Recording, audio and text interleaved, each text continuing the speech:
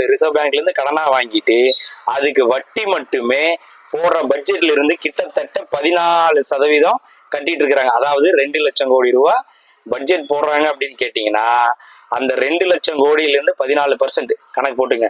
1 லட்சம் கோடினா 14,000 கோடி, 2 லட்சம் கோடினா 28,000 கோடி ரூபாய் வெறும் வட்டியா மட்டும் கவர்மெண்ட் கட்டிட்டு இருக்கு. சரிங்களா? இந்த 28,000 கோடி இருந்தா ஒரு வருஷத்துக்கு ஒவ்வொரு ரேஷன் கார்டுங்க இப்ப போட்ட அந்த 1000 ரூபாயா அழகா போட்டுடலாம். ஒரு வருஷத்துக்கு போட்டுடலாம். வருஷத்துக்கு 28,000 கோடி கட்டிட்டு இருக்காங்க. சோ இப்ப நம்மளுக்கு 1000 ரூபாயும் போட்டுட்டு அங்க வட்டியாவும் 28,000 கோடி கட்டிட்டு இருக்காங்க. சோ அது வட்டியா 28,000 கோடி கட்டுறாங்களா, எவ்வளவு கட்டுறாங்கன்னு தெரியாது. ஏன்னா மொத்த தமிழ்நாட்டோட கடன் கிட்டத்தட்ட 9 to 10 லட்சம் கோடி வருது. 10 லட்சம் கோடி கணக்கு போட்டு பாத்துங்க.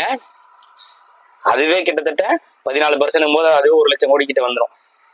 ஏன்னா 14,000 into 10 1,40,000 வரும்ல, அதுவே வந்துடும்.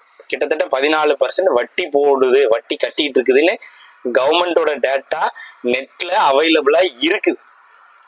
சரிங்களா? 1,40,000 கோடி எப்படியும் வருஷத்துக்கு வட்டியா கட்ட வேண்டிய சூழ்நிலை இருக்குது.